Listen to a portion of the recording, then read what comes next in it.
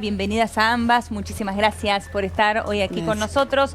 Bueno, vamos a hablar de varios temas, pero por una parte se incrementó un 1.240% las llamadas a la línea contra el abuso sexual infantil. Siempre estamos hablando después de la declaración de Thelma Fardín allí en el Multiteatro y, bueno, la conferencia que dio el colectivo de actrices argentinas. Por otra parte, también hay una encuesta muy interesante, en la cual me gustaría profundizar con Celina, de Sagay, que habla justamente del acoso durante el trabajo, del maltrato, entre otras cuestiones que vamos a ir profundizando. Bienvenidas a ambas. Gracias. Bueno, muchas gracias por estar aquí. En primer lugar, quería preguntarte, María Fernanda, con respecto a este número que es alarmante. Estamos hablando de un aumento de 1.240%. Te corrijo, un 2000% hoy ya. ¿2000 hoy? Sí. Ese fue el aumento de 16 llamadas diarias que teníamos en esa línea, sí, que es la de abuso sexual. Pasamos a tener exactamente casi 400 llamadas. De 16 a casi 400. Vamos a aclarar que esta no es la línea 144, no, porque esta es la línea de violencia de género, la 144. En este caso estamos hablando de un 0800, ¿no? 222-1717, que es la línea de abuso sexual. Bien. Esta línea nosotros las conformamos a raíz de los números alarmantes que teníamos en todo el país con el abuso sexual infantil. Sabes que es una temática que es de competencia de las provincias, pero nos dimos cuenta por el bajo nivel de resolución y los reclamos que teníamos al viajar por todas las provincias y por el colectivo de padres y de mujeres, que necesitamos habilitar un espacio de escucha con profesionales para que pudieran hablar sobre este tema, ser asesoradas y realizar, en caso de poder o querer hacerlo, esa denuncia. Así que estamos trabajando muy fuertemente con este tema desde que empezamos con esta campaña nacional que fue hablar, es empezar a prevenir. Una de las características más terribles que tiene este delito es el silencio. Entonces, quebrar ese silencio y que las personas puedan tener un espacio donde decir y contar lo que les pasó, no sentirse estigmatizadas, ni que nadie pretenda indicios de veracidad que son imposibles cuando transcurre el tiempo tan largo.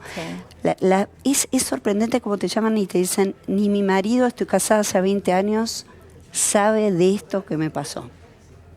Qué locura, en su intimidad más profunda pueden contarlo. Y María Fernanda habla de quebrar ese silencio y eso es lo que sucedió en el Multiteatro y a partir de esto, bueno, todas las repercusiones que todos hemos visto en estos días. Quería preguntarte, bueno, primero, Celina, si ustedes esperaban este nivel de repercusión. Bueno, yo vengo como por partida doble, ¿no? Como parte de la colectiva Actrices Argentinas y como miembro de la comisión directiva de Sagay, como participante, como parte de la colectiva Actrices Argentinas. La verdad es que sabíamos que iba a ser un antes y un después. No sé si esperábamos esta repercusión y esta suerte de contagio, ¿no? Claro. A otras áreas que agradecemos y que me parece que es una bendición, digamos, que pase eso, porque es como romper una puerta o romper una pared de silencio, como vos decías, a las patadas, ¿no? Claro. Es como entrar muy fuertemente y plantar una bandera de hasta acá fue de esta manera, a partir de ahora esto tiene que cambiar. Así que sí, bueno, a otras áreas y también a otras mujeres, ¿no? Por supuesto, ¿no? A otras profesiones, claro, a otros ámbitos laborales, bueno, el tema del abuso infantil que es tan grave y en nuestro país también, tema tan preocupante. Así que bueno, digamos, como parte de Sagay y de la Fundación Sagay, que es como la pata social de Sagay, desde donde hicimos este estudio, esta encuesta, tampoco pensamos que iba a pasar esto, ¿no? Como esta repercusión, claro, y esta visibilidad que nos dio también el comunicado de actrices al hablar de ese 66%, ¿no? Que se dijo en aquel día en el Multiteatro, que en algún momento sufrió acoso. Exacto. Bueno, eso forma parte de un estudio que es mucho más amplio, que es un estudio sobre una comparativa de trayectorias laborales de actrices y de actores, que lo que pretende es, digamos, visitar las diferentes etapas en la trayectoria de actores y actrices. Claro. Es decir, qué pasa desde que se produce la elección vocacional, la formación, qué pasa en los espacios de formación, el ingreso al en los trabajo. talleres, decís, de Exacto, teatro y demás. Exacto, el ingreso al mundo del trabajo, cómo es el desarrollo, si lo hay, si hay crecimiento, cómo es el desarrollo económico, qué pasa con la llegada de los hijos. Y por supuesto, bueno, tratamos estos temas, acoso sexual, maltrato laboral y bueno, estos otros dos temas que son como muy, una particularidad muy de nuestra profesión, que son las escenas de sexo y las escenas que me de quedé, violencia. Me quedé alarmada cuando leí la encuesta y vi estos números. Vamos a ir repasándolos con unas placas que tenemos, parte de los números de esta encuesta. Bueno, en primer lugar, esto que conocimos todos y escuchamos allí en el multiteatro, el 66% de las actrices fueron acosadas en su ámbito de trabajo, el 6% era menor cuando esto sucedió, ¿no? Y aquí las miro a María Fernanda cuando vamos a esta cifra, porque es realmente un número muy alto. Seguimos con la siguiente placa. El 75% de las actrices dice haber vivido situaciones de maltrato. Esto forma parte también de la encuesta de la Fundación Sagay. Y en la siguiente placa hablamos justamente del punto que mencionaba Celina recién, ¿no? El 50% dice haberse sentido incómoda realizando escenas de sexo, que es algo muy habitual en el ámbito. Siempre, generalmente, les toca en algún momento de su carrera una escena de sexo, ¿no? Exacto, te corrijo un poquito Sí. ese número, que es el 50%, digamos, el 50% de actrices manifestó haber realizado Sí. escenas de sexo, y la mitad de ese número, el 50% de ese del 50%, está bien. declara haberse sentido incómoda. Sí, es una particularidad, o sea, lo que nosotros estamos trabajando es la idea de que acá también hay consentimiento. En las escenas de sexo, de ficción, debería haber consentimiento, debería haber... Es decir, hay un arreglo, un acuerdo previo. Un acuerdo que debería ser previo, Claro. Que es un acuerdo en primer lugar artístico, y en segundo lugar, bueno, es personal, digamos, de lo que quiere y puede hacer cada actriz y cada actor. Claro. Bueno, lo que vemos es que eso muchas veces o no se habla, o no se acuerda, o se acuerda y no se respeta ese acuerdo. Si no se habla o no se acuerda, ¿eso es responsabilidad de quién? ¿De la producción? ¿Quién tiene que intervenir en ese acuerdo? ¿Es un acuerdo entre el actor y la actriz? ¿Cómo es eso en la práctica? Nunca se no lo planteó este conozco. tema. Ah, O sea, mirá. es algo que está explorar. apareciendo ahora, que Claro. este es el momento de empezar a establecer Claro. esto, cómo van a ser las reglas del juego a partir de ahora. Digo, hay otros países en donde, digo, no me gusta siempre compararnos con Estados Unidos, porque nuestra industria no tiene absolutamente Claro. nada que ver con esa industria. Pero bueno, ellos tienen unos contratos que son libros, ¿no? Sí. Y en esos contratos se pautan un montón de cosas que acá no existe pautar Claro. todo eso. Entonces, bueno, lo que estamos buscando primero con esta encuesta y a futuro, y esperamos que a mediano plazo, no a largo plazo, sino a mediano plazo, tener como una guía de recomendaciones en donde eventualmente se pueda empezar a pautar este tipo de cosas antes de llegar a un set. Claro, tal ¿No? cual. No que esto se hable cuando llegaste al set. Porque eso te genera incomodidad, eso Exacto. te genera un nivel de presión que no tendrías por qué tener. Exacto. Y sumado a eso, me imagino también que la pauta no es solamente entre los actores, sino también con la gente que está presente en esa escena de sexo. Exacto. Hablo de la técnica, por ejemplo, ¿no? Sí, bueno, en los rodajes, hablo de cine específicamente, el que tiene la última palabra es el director o la directora, son ellos los últimos responsables, entonces entendemos que debería haber una instancia muy previa en donde cuando uno recibe un libro, lo lee, aparece una escena de sexo, se pueda charlar sobre eso, bueno, cómo la pensaste, Claro. digamos, ¿no? Y a Porque partir si no de eso... estarías afectando tu principio de libertad, tu autonomía. Exacto. Es decir, Claro. esa actriz en realidad dio un sí a un contrato sin saber cuál era la dimensión de lo que eso implicaba. Claro, ¿no? totalmente, tal cual. Es demasiado común que de repente vos leas una escena y después en la puesta en escena, cuando llegás a la puesta en escena en ese momento, de repente la apuesta es diferente, las acciones son diferentes a las descritas en el libro. Entonces, bueno, todo eso no es... Lo importante es que se pueda hablar, ¿no? Digo, tanto actores como actrices, puede haber muchos dispuestos a hacer tales o cuales cosas. O sea, no se trata de una cuestión moral, se trata de una cuestión de libertad. De libertad de elegir. Claro, tal cual, de libertad. Y ahora vamos a hablar también del tema de los adolescentes, de los menores, pero antes le quiero preguntar a María Fernanda sobre esto que me quedé impactada con este crecimiento del número, porque me siento en la mesa hablando de 1.240% más de llamados por acoso sexual infantil. Estamos hablando ya de un 2.000% a este momento. Quería preguntarte, María Fernanda, ¿cómo funciona esto? Bueno, nosotros ahí tenemos a un equipo de psicólogas, también trabajadoras sociales, que han sido entrenadas durante muchos años por la doctora Eva Giberti, que es una experta en esta materia. Todos conocemos su trayectoria, y este equipo viene haciendo este trabajo, no solo de la línea, sino que en Ciudad Autónoma de Buenos Aires particularmente, porque es donde funciona este equipo tan grande, tenemos la posibilidad de asistir en algunos procedimientos, ¿no? Cuando hay una denuncia y llegar en el momento que eso está ocurriendo y brindar la contención y hacer el acompañamiento.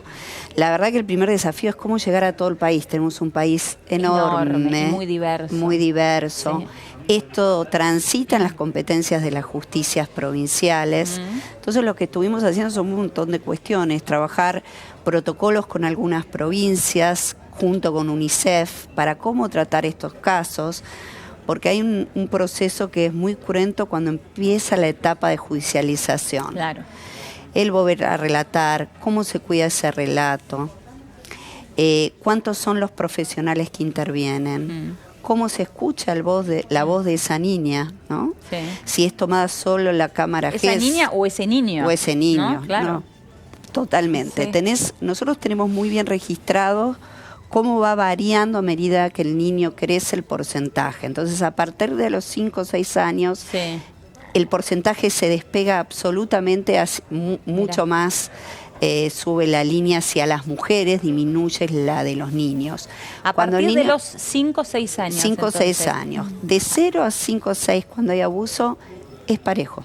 Es indistinto, sea si es niño o niña. De 5 o 6 años en adelante. Es 0, ¿no? Claro. Es terrible. Cero. Tenemos casos muy, muy terribles.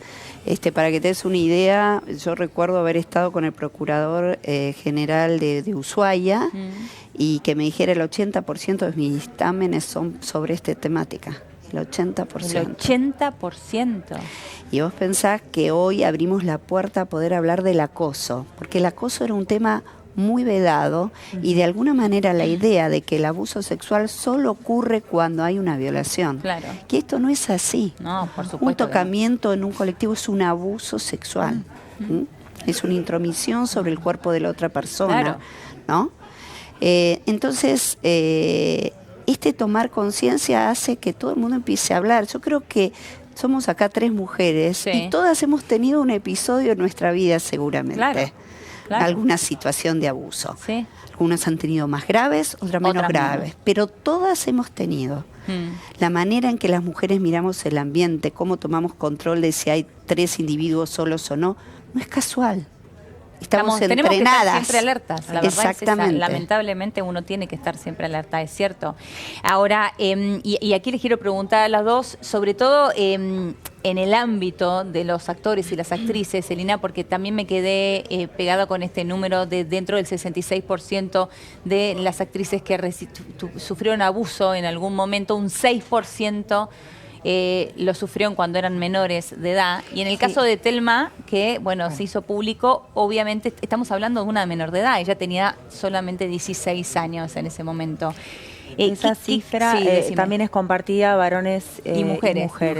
Sí, es el 6% del total, de ese total, digo, porque hay unos números que no los tenemos acá, pero que, digamos, es el 66% de mujeres y el 32% de actores también, que han también sido acosados sexualmente en algún momento de sus carreras. Bien.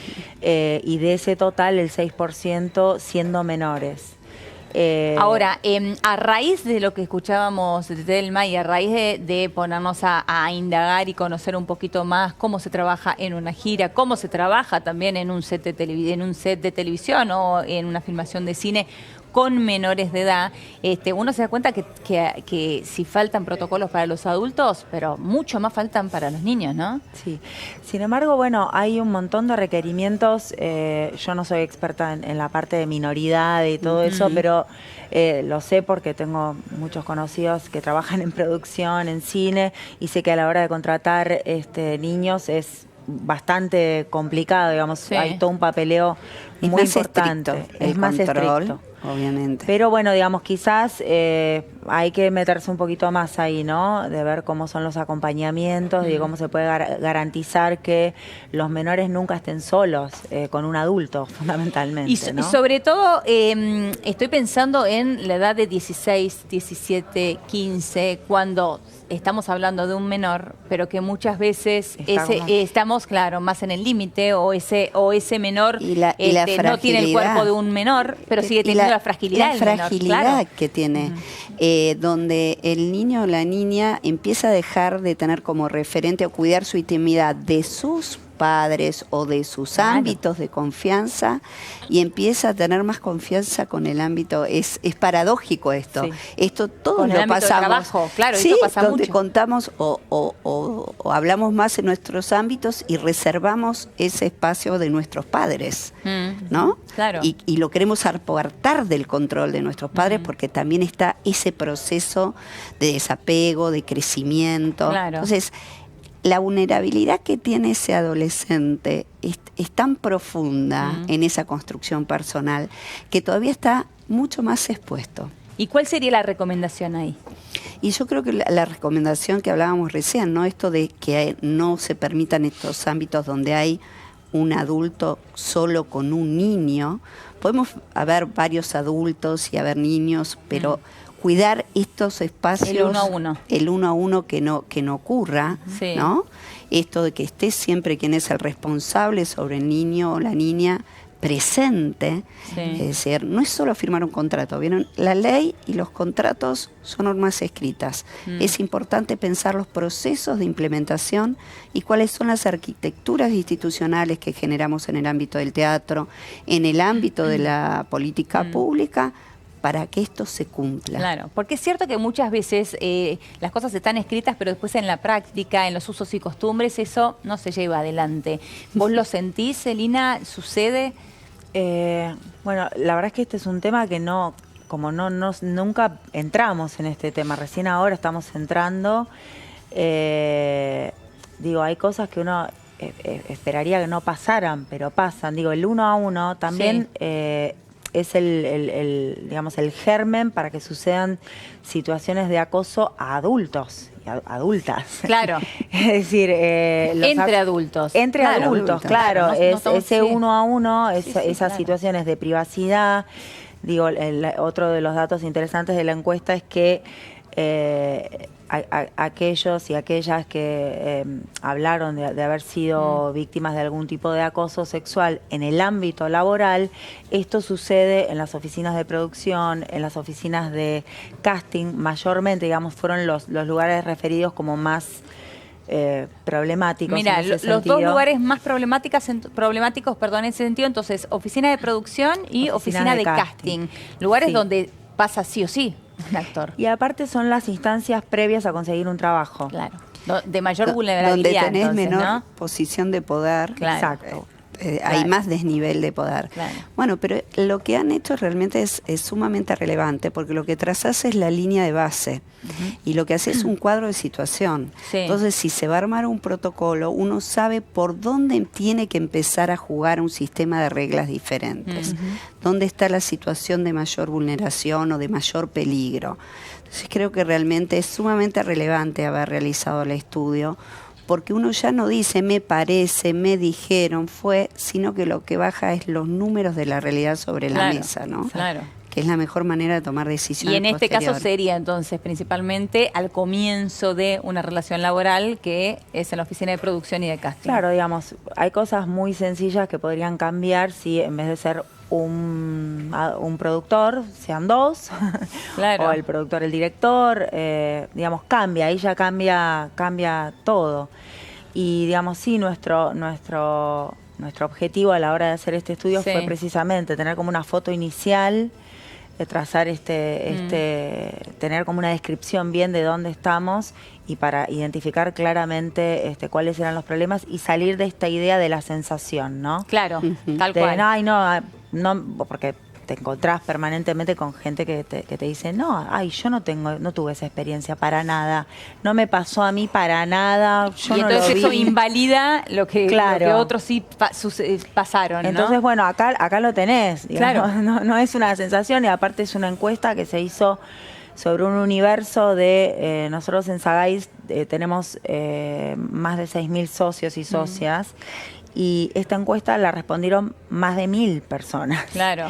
De socios y socias, de modo que es un universo, sobre nuestro universo es una muestra enorme. Sí, Ahora tenés un 99 y pico % de fidelidad cuando tenés esa proporción de de cifras, tal cual. la muestra. Ahora, también el porcentaje de maltrato me llamó la atención, Sí. ¿no? Porque, y ahí estamos hablando de adultos, de niños, de mujeres, de hombres. Sí, es muy altísimo. alto. Altísimo, sí. A ver, el 75% de mujeres declara haber sido actrices, declara haber sufrido algún tipo de maltrato laboral. El y el 65 de los varones, sí.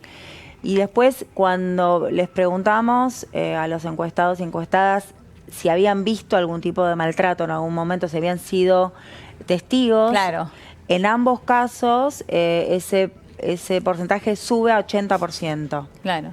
¿No? Es para... O sea, estuvieron en alguna Es lo que pasa situación cuando en que lo encuestas en vivieron. bullying. Pasa la misma situación. Tenés aquel que lo vivió, pero tenés los otros que también lo pasaron. Y lo dañino que es para el que tiene que ser testigo de eso y no puede reaccionar, Claro. ¿no? Sí. O toma la posición de la complicidad. No, bueno, y el en el silencio. caso de bullying es un actor fundamental también el que está en silencio mirando. Totalmente, es un actor. Es un actor fundamental. Por eso, también. de alguna manera, aunque no fuera una conducta que vos llevarías a cabo, estás siendo partícipe y consintiendo que eso ocurra. Claro. Por eso siempre hay que trabajar con todos, ¿no? Cuando se dan estas situaciones. En el acoso, sobre todo en los ámbitos laborales, se replica una situación muy similar a la que pasa con el bullying. María Fernanda, Celina, muchísimas gracias a ambas Muchísimas por esta gracias charla. por la invitación y por darle visibilidad a todo esto que es tan importante. Gracias a las dos. Bien, vamos a ir ahora a una pequeña pausa en Café de la Tarde. Quédate ahí porque a la vuelta Guillermo Barros Esqueloto se va. Es lo mejor para Boca, dijo